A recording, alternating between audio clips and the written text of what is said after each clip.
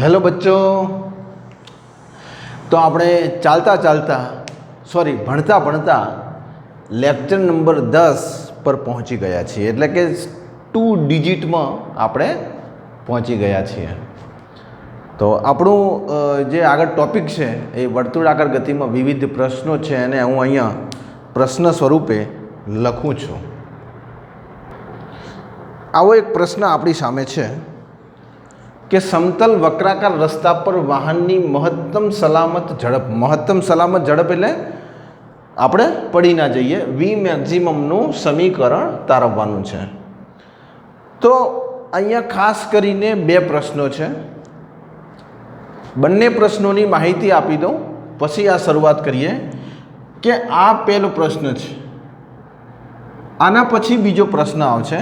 તો પ્રશ્ન નંબર 1 અને પ્રશ્ન નંબર 2 માં શું તફાવત છે? તો જુઓ, આપણે વર્તુળાકાર એટલે કે વક્રાકાર માર્ગ જોવાનો છે। એટલે હવે તમે આવો વળાંકવાળો રસ્તો જોયો હશે કે તમે આને ગોળ ગોળ ધારી લો એટલે આ એક પ્રકારનો મસ્ત રસ્તો થઈ ગયો કે ના થઈ ગયો? એટલે આપણે ફક્ત આટલો ભાગ જ દોરીશું, વર્તુળાકારનો આટલો ભાગ દોરીશું આપણે, જ્યાં આ વચ્ચે સફેદ પટ્ટા લગાવવામાં હોય છે। આપણે કાળા લગાવી દઈએ એટલે ઓટોમેટિક સફેદ બની જાય। તો અહીંયા વાહન કોઈ ચાલતું હોય તો એની મહત્તમ ઝડપ કેટલી હોવી જોઈએ? શું 60ની ઝડપ, 70ની ઝડપ, 80ની ઝડપ? એટલે શેના માટે? કે એ ફેંકાઈ ના જાય એના માટે। પડી ખબર? આ સાધન જાય છે તો એ સાધન રોડ પર મહત્તમ મસ્ત ચાલી શકે, એ ફેંકાઈ ના જાય એના માટેની મહત્તમ ઝડપ એટલે કે વી મેક્સિમમનું સૂત્ર અહીંયા મેળવવાનું છે। રસ્તો કેવો છે? સમતલ। તો બીજા કેસમાં રસ્તો વર્તુળાકાર છે, એટલા માટે આ ટોપિકનું મુખ્ય નામ શું છે? વર્તુળાકાર ગતિ। બીજા કેસમાં કેવું છે? આ રસ્તો ઢાળવાળો છે, એટલે આપણે એવું કહી શકાય કે પહેલા કેસમાં આ રસ્તો જે છે આ રીતે, આ રસ્તો અહીંયા સાધન જાય છે, આ જે આપણી પાસે છે આ કોઈ વાહન જાય છે અને આવી રીતે આ રસ્તો તમે ગોળ સમજી લેજો તો આમ ગોળ ગતિ કરે છે। અને બીજા કેસમાં કેવું છે? વર્તુળાકાર ખરો પણ ઢોળાવવાળો, એટલે રસ્તો આવી રીતે ઢાળવાળો હોય, આની સાથે થીટા ખૂણો બનાવતો હોય। અને તમે જુઓ જ્યાં વળાંક આવશે ને ત્યાં થોડો ઢાળ હશે ઉપરની બાજુ, ધારો કે વળાંક આવી રીતે હશે તો ઢાળ આમ હશે, એટલે આ રસ્તો જરા આવી રીતે થઈ જશે, આમ થઈ જશે, જરા ત્રાંસો, આની સાથે ખૂણો બનાવશે। અહીંયા આ જમીનની સપાટી તો અહીંયા ખૂણો બનાવશે। તો એ વખતે જ્યારે ઢોળાવવાળો રસ્તો હોય ત્યારે મહત્તમ ઝડપનું સૂત્ર શું? આ બંને કેસ માટે આપણે મહત્તમ ઝડપના સૂત્ર મેળવવાના છે, એટલે વી મેક્સિમમ મેળવવાનું છે।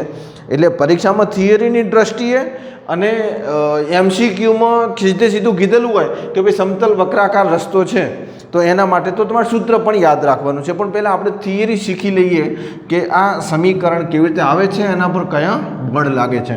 તો સૌથી પહેલાં તો આપણે કયા બળ લાગે છે એ સમજવાનું છે। તો આપણે જોઈએ પહેલો કેસ, જેમાં આ એક સમતલ રસ્તો, એમાં સરસ મજાની મારી કાર, એ કારને જોઈએ તો આવી દેખાય, કેવી દેખાય? એક તો ખબર, પાછળથી કેવી દેખાય મારી કાર? આ કાર જે રહી, તમે મને કહો હેડો, આ કાર એ અહીંયાથી શરૂ કરીને આમ જાય તો પાછળ કેવી દેખાય? તો પાછળ લગભગ એ કાર આવી દેખાય હો ને, આ કાર છે પાછળનો ભાગ। શું સર તમે શું દોરો છો? આ મારી કાર, જવા દો ને યાર, છોડો ને, આ મારી કાર। તો આ કાર પર લાગતા બળો તમારે મને કહેવાના છે, આ કાર પર લાગતા બળો તમારે મને કહેવાના છે। હવે આને તમારે જરા ઇમેજિન કરવું પડશે કે આ કાર છે, રસ્તા પર જાય છે, પેલી બાજુ ચોકડીઓમાં પડતી નથી, તો કારનું પોતાનું વજન બળ mg નીચેની તરફ, એટલે હું આને બતાવું mg નીચેની તરફ એટલે તમે સમજી જજો કે હું કયા બળ તરફ ઈશારો કરું છું।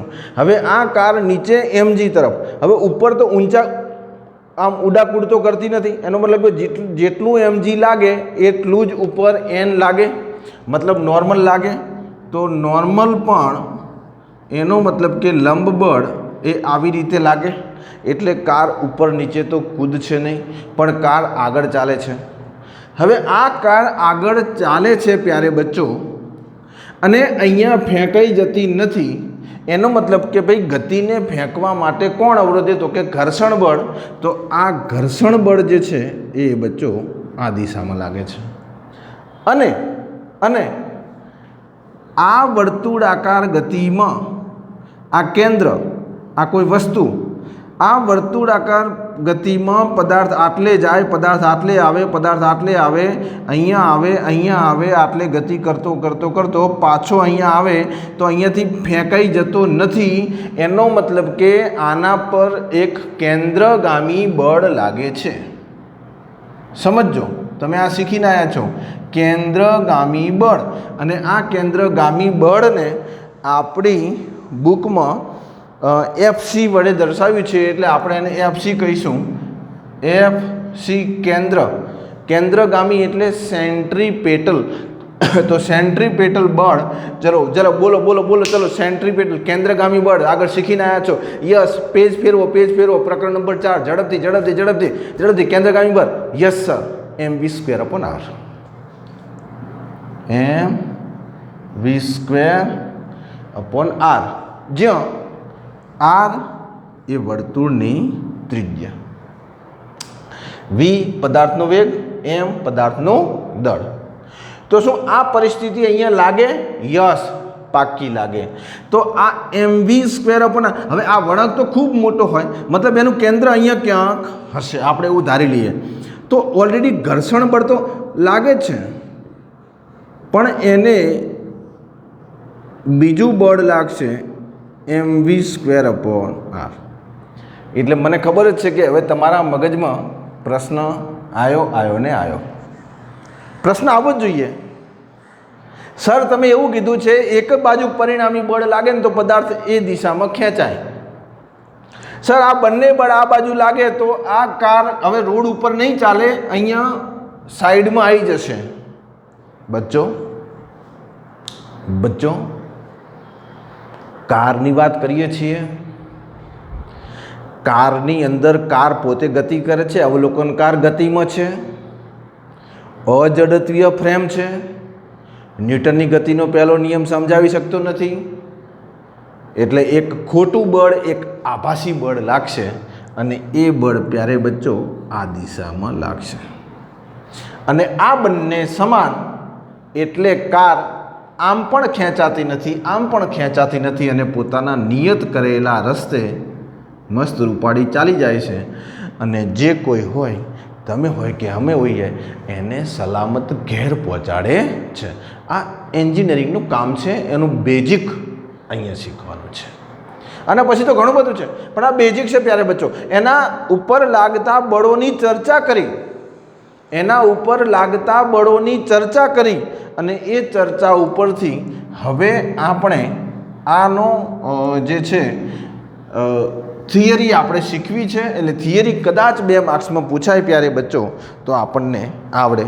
તો સૌથી પહેલાં તો આ કાર એટલે કે પદાર્થને આપણે અહીંયા કાર કહીશું. ઓકે, કાર પર લાગતા બળો વિશે તમે મને માહિતી આપો. તો આનું જ્યારે લખવાનું છે એવું તો તમે પેલા નોટમાંથી લખી લેજો, નીચે ડિસ્ક્રિપ્શનમાં જે PDF છે એમાંથી લખી લેજો. અહીંયા જે ઇમ્પોર્ટન્ટ ભાગ છે એ હું તમને અહીંયા લખાવીશ. તો પહેલું બળ લાગે છે એનું પોતાનું mg કઈ દિશામાં લાગશે? અધો દિશામાં. હવે તમને અધો દિશા અને ઉર્ધ્વ દિશા અને લંબને શિરોલંબને સમક્ષિતિજ ખબર પડી ગઈ હશે. ફરીથી કહું, અધો દિશા એટલે નીચેની બાજુ લાગે, ઉર્ધ્વ દિશા ઉપરની બાજુ લાગે, શિરોલંબ એટલે આ ઊભી જે કહેવાય એને શિરોલંબ કહેવાય, જેને આપણે વાય પણ કહીએ છીએ, જેને ઇંગ્લિશમાં વર્ટિકલ કહેવાય. આ બધા શબ્દો જ્યારે તમે કોઈ પુસ્તકો વાંચતા હોય એની અંદર કદાચ કોઈ પ્રશ્ન ઇંગ્લિશમાં આવી જાય. નીટમાં એવું બને કે અમુક પેપર તમે હોય એમાં છાપકામમાં ભૂલ થઈ હોય, ત્યારે એમાં ઇંગ્લિશનું માન્ય ગણાય છે. તો આવા બધા શબ્દો, ટેકનિકલ શબ્દો તમારે પકડી પાડવાના. શિરોલંબ, વર્ટિકલ, અને આ સમક્ષિતિજ જેને હોરિઝોન્ટલ કહેવાય. તો અધો દિશામાં બળ લાગશે, સેકન્ડ નંબરનું બળ એન, જે સંપર્ક બળ જે ઉર્ધ્વ દિશામાં લાગશે અને આના જેટલું હશે, એન બરાબર mg, કારણ કે કાર ડાન્સ કરતી નથી, કાર કાન્ટ ડાન્સ.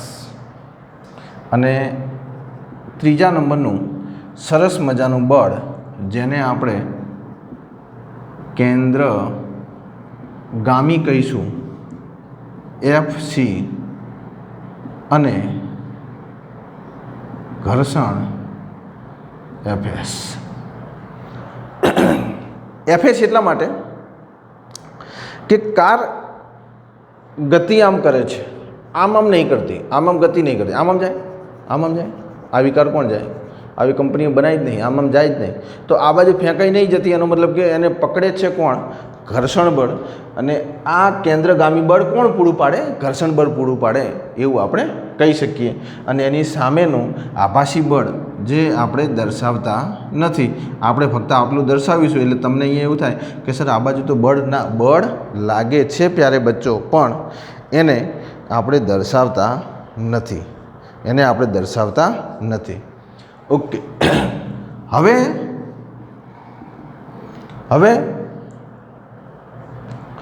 અહીંયા તો સ્થિર ઘર્ષણ લાગે છે. જો મેક્સિમમ ઘર્ષણ લેવા જશું એટલે મહત્તમ ઝડપ આવી જશે, પણ પહેલાં આપણે સ્થિત ઘર્ષણ લઈએ. ઓકે, તો કે સ્થિત ઘર્ષણ બળ. સ્થિત ઘર્ષણ બળ કેમ ખબર ને? ભલે કાર ગતિમાં છે, કાર ગતિમાં છે તો ગતિની એની આ દિશામાંથી એની વિરુદ્ધ દિશામાં લાગે એ ગતિક ઘર્ષણ, પણ આમ ખસી નથી જતી, એ તો સ્થિત ઘર્ષણ છે. તો સ્થિત ઘર્ષણ એ સ્થિત ઘર્ષણ માટે બોલો, સ્થિત ઘર્ષણનું સૂત્ર ms ≤ μsm. fs બરાબર fs ≤ μsm. પણ n બરાબર શું લખી શકાય? mg. કેમ? કારણ કે કાર જે છે એ આવી રીતે કૂદતી નથી, એટલા માટે n બરાબર mg. તો fs ≤ μsmg સમીકરણ 1. અને આ ઘર્ષણ બળ એ કેન્દ્રગામી બળને, આ કેન્દ્રગામી બળ એટલે તમે ભણીને આવ્યા છો કેન્દ્ર તરફ લાગતું બળ, એનો કેન્દ્રગામી પ્રવેગ શું આવશે? એનો કેન્દ્રગામી પ્રવેગ v²/r. તો આ કેન્દ્રગામી બળ જે છે એ કોણ પૂરું પાડે છે? તો કે mv²/r બરાબર fs.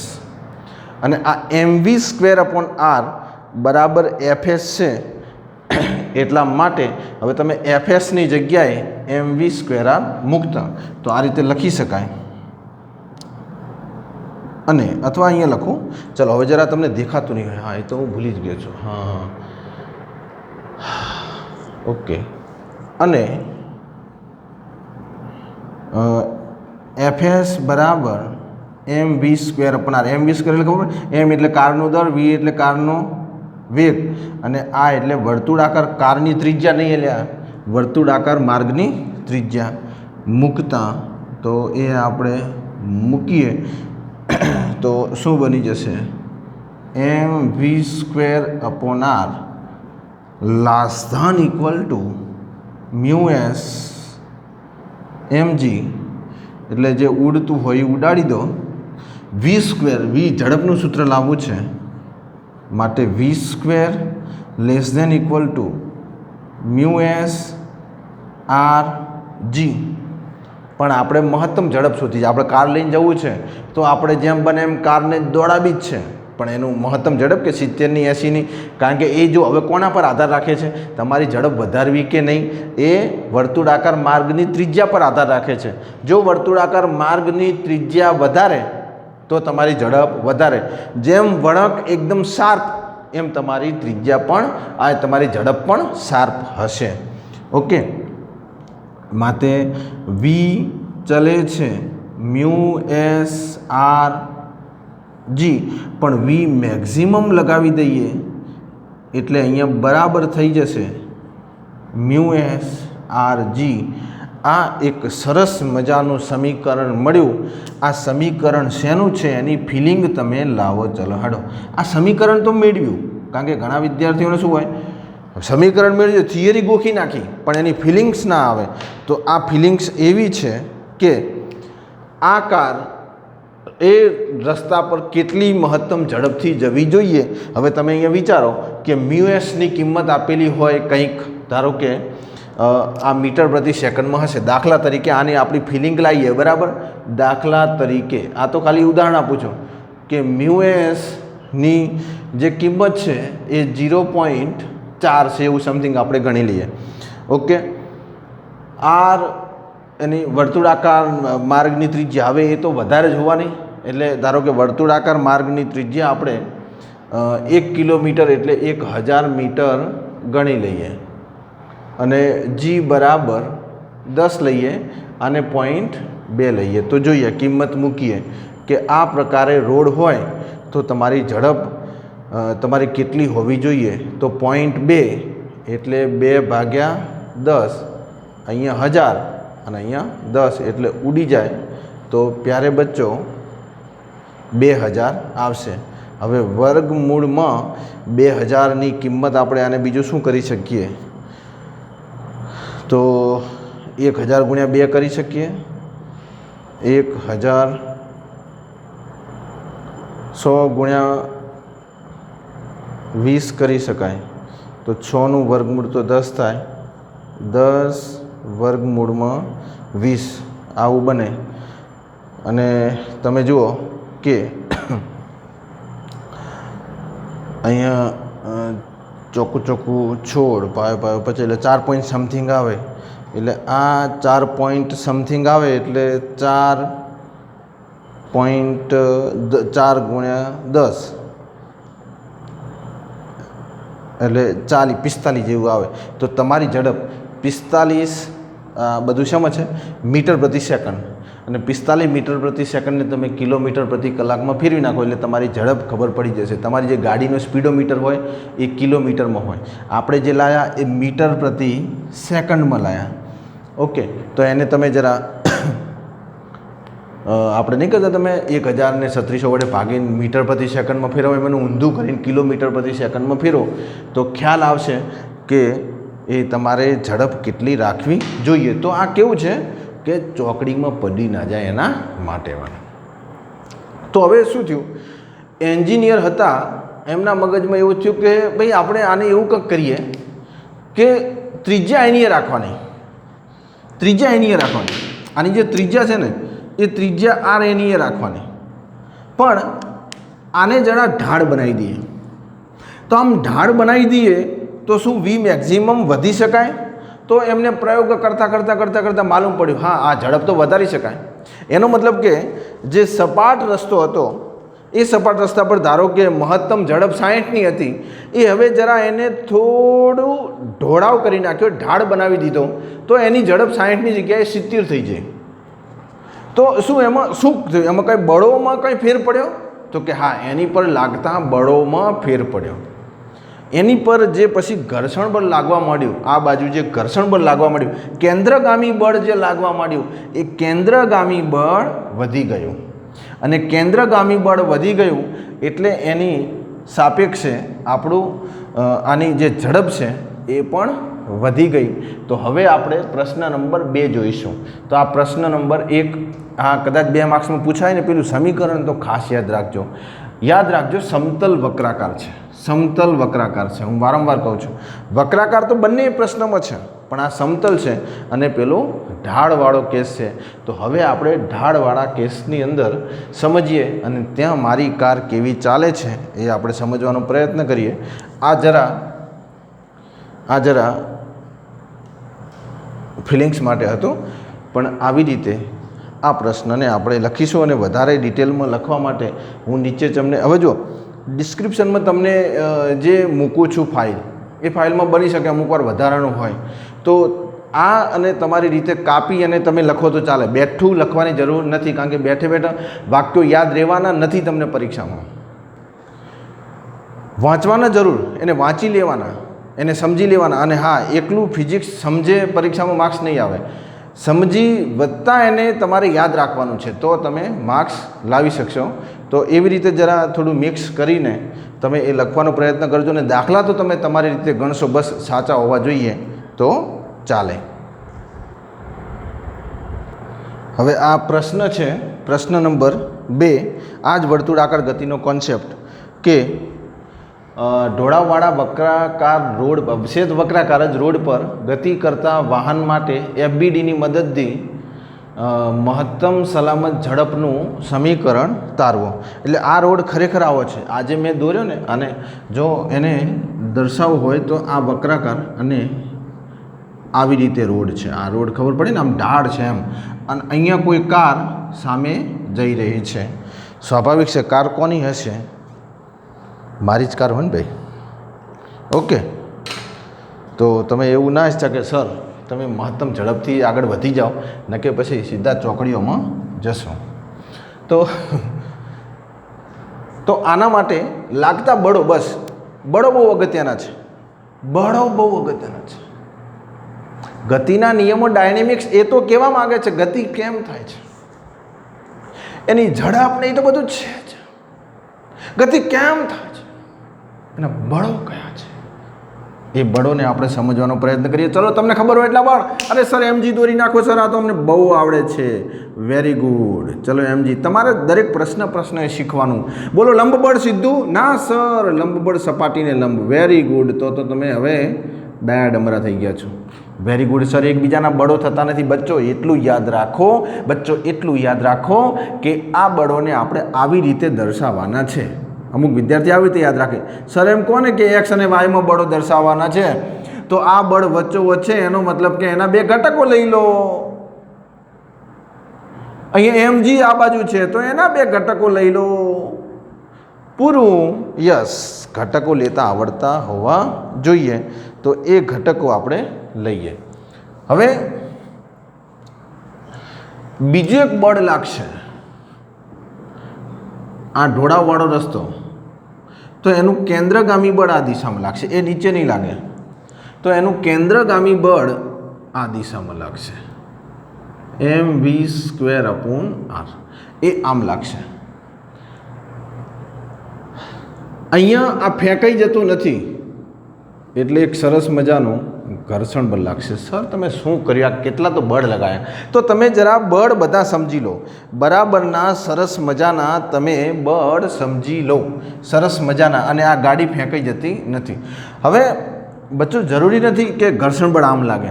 કદાચ કાર ધીમી જતી હોય તો આ બાજુ આવવાનો પ્રયત્ન કરે તો ઘર્ષણ બળ પેલી બાજુ લગાવવાનું. પણ લગભગ કેસમાં આપણા બુકમાં મેં તમને કીધું ને કે બેઝિકની અંદર ઘણું બધું ફિલ્ટર કરેલું છે કે આપણે ઘર્ષણ બળ આમ લગાવવાનું છે.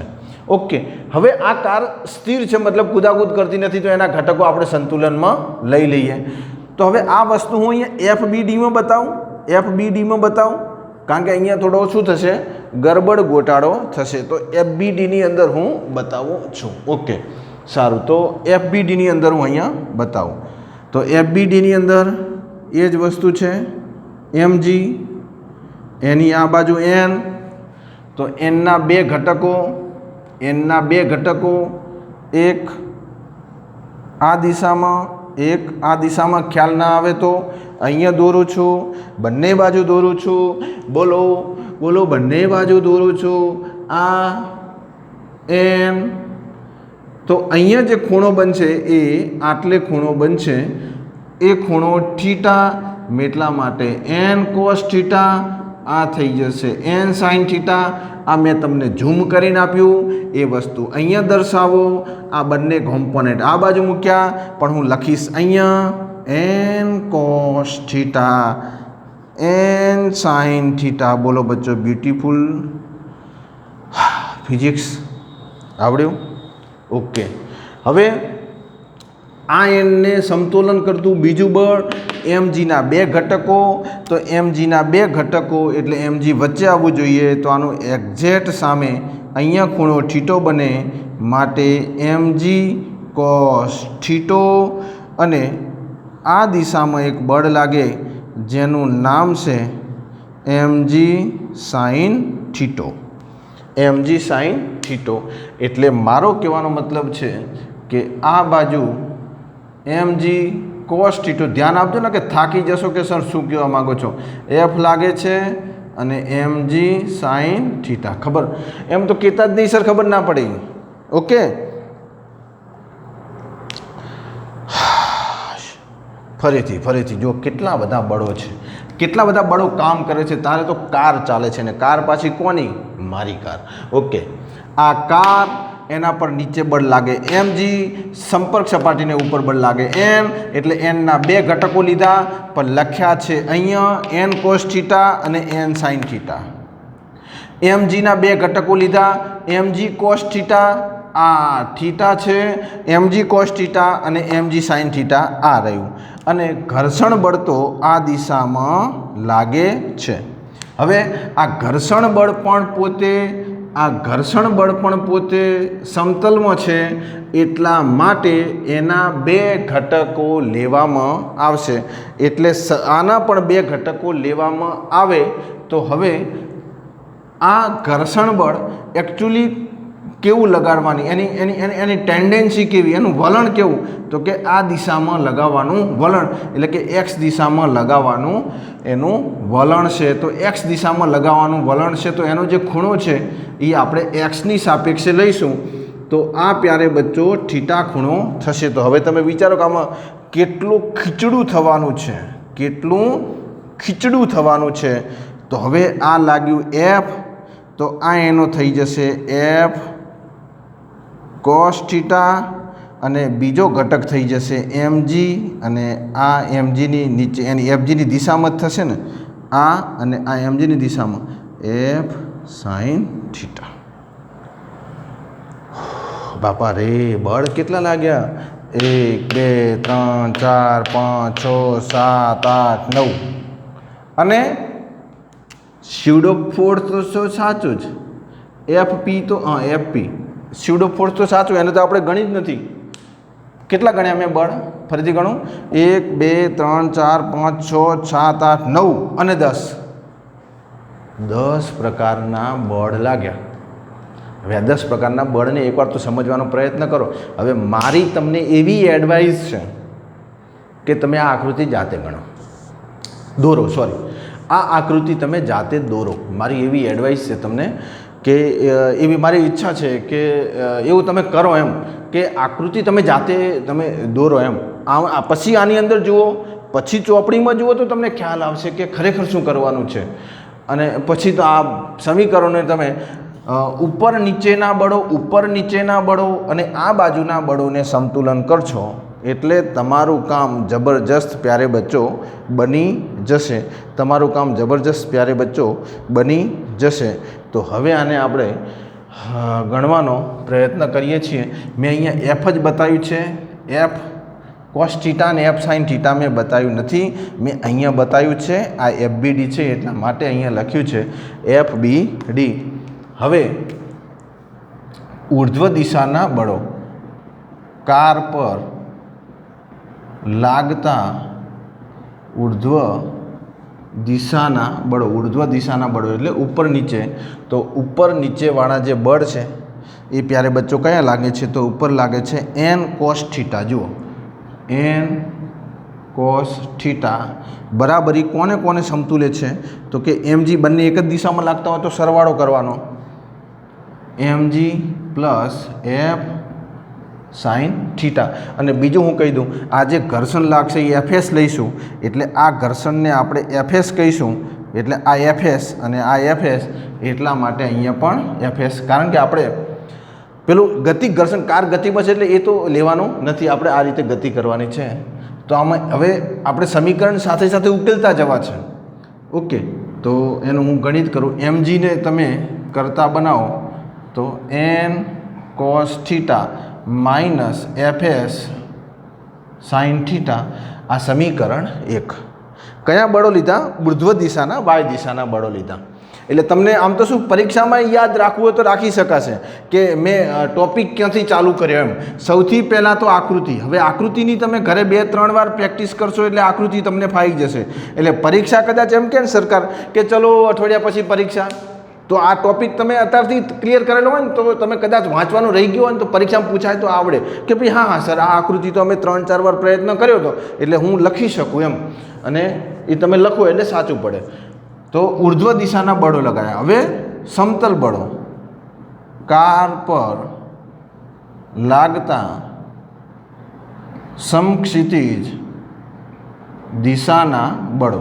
હવે હું જરા તમને પેલી ડિસ્ક્રિપ્શનમાં જે PDF મૂકું એની અંદર શબ્દોની ફેરબદલી હોય તો એ તમારી રીતે સેટ કરી અને લખી દેવાનું. ચલો, સમક્ષિતિજ બળો એટલે આ બાજુના બળો. હવે આ બાજુ FP લાગે છે, આ બાજુ FP, પણ FP આપણે લેવાનું નથી. એને પૂરું કોણ પાડશે તો કે આપણું mv² એ પૂરું પાડે છે. તો તમે જુઓ આ દિશામાં કયા કયા બળો લાગે છે. તો ત્રણેય બળો આ દિશામાં આપણે લઈશું. તો mv² એકચ્યુઅલી હું તમને કહું, અહીંયા તમને ગરબડી થતી હશે કે સર આ જરા ખબર નહીં પડતી, કે અહીંયા તો ખબર પડી કે ઉપરની બાજુ અને નીચેની બાજુ.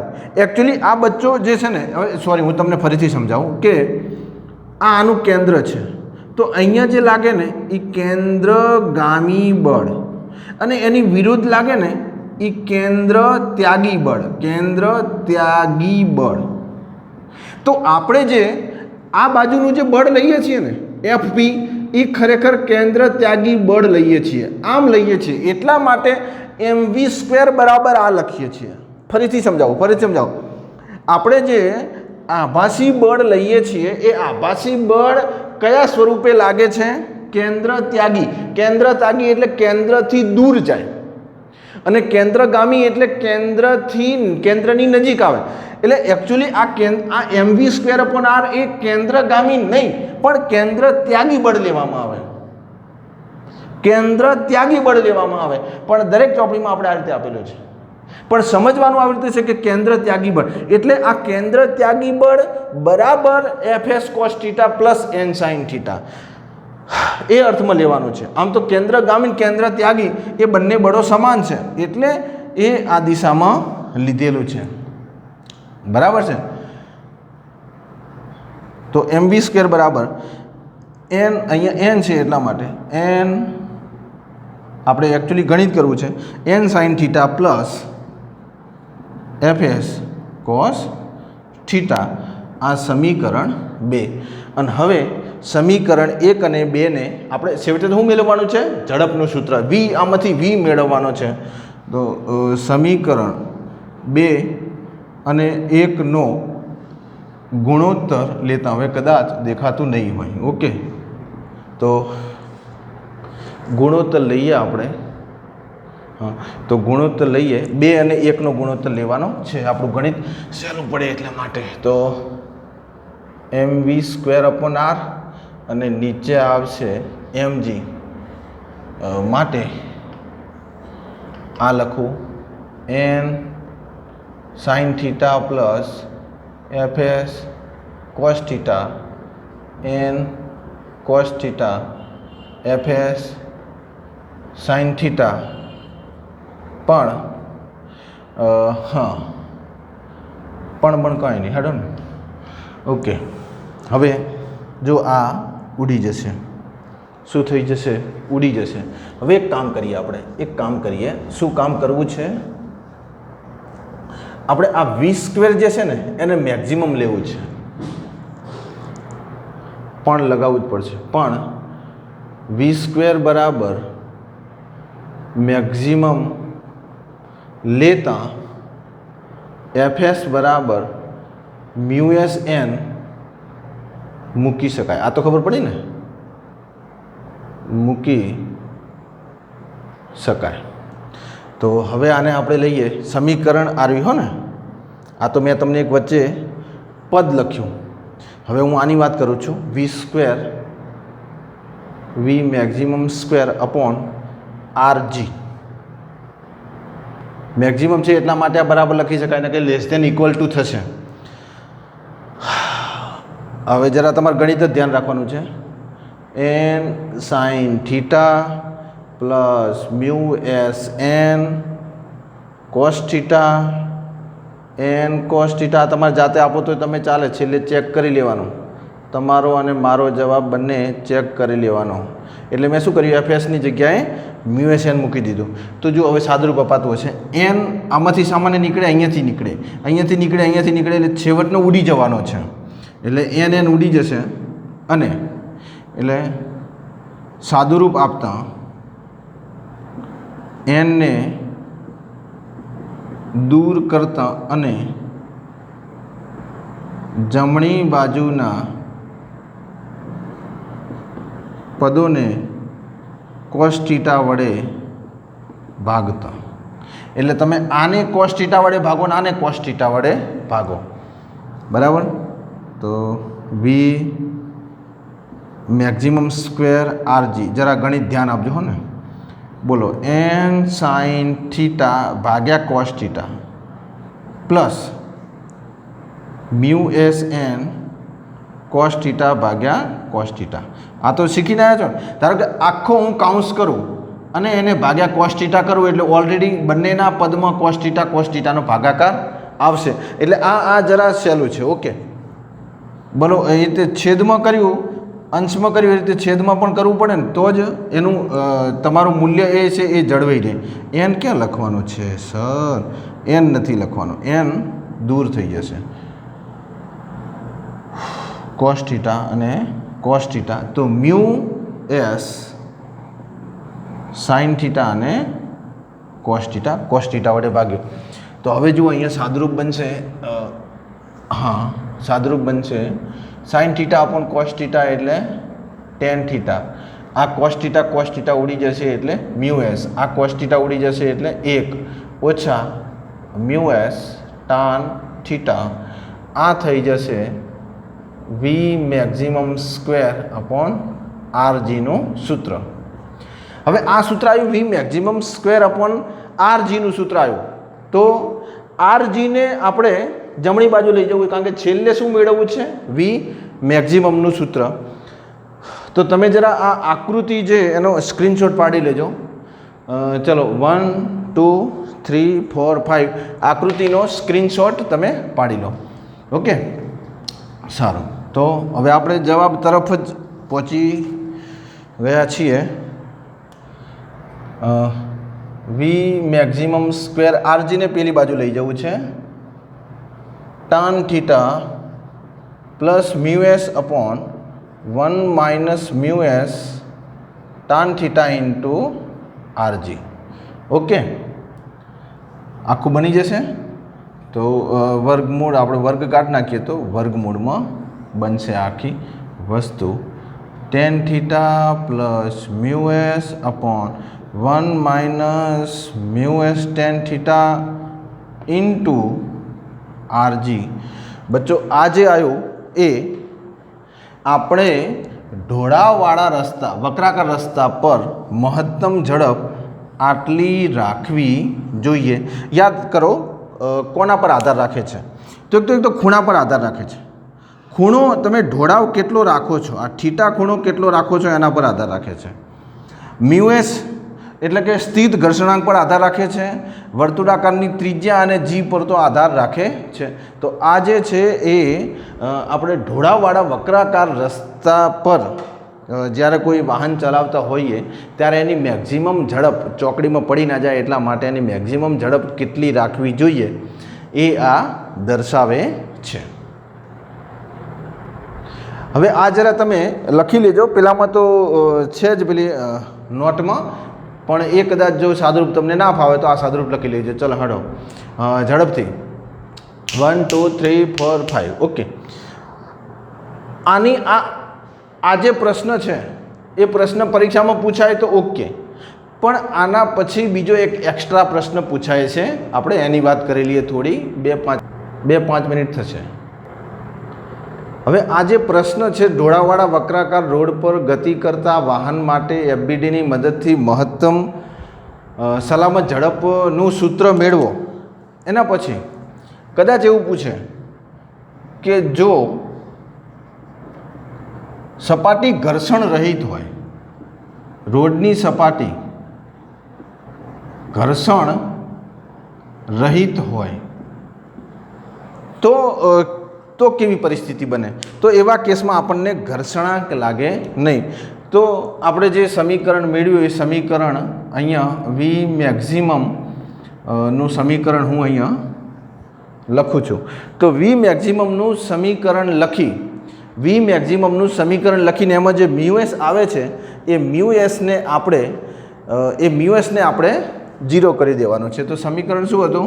Mu s plus tan theta upon 1 minus mu s tan theta into R G. આવું સમીકરણ આપણે મેળવ્યું.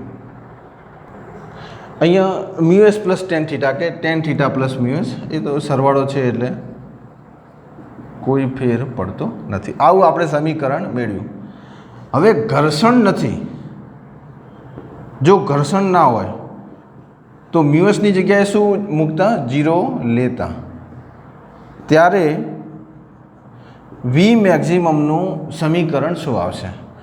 તો tan theta plus 0 1 minus 0 into R G.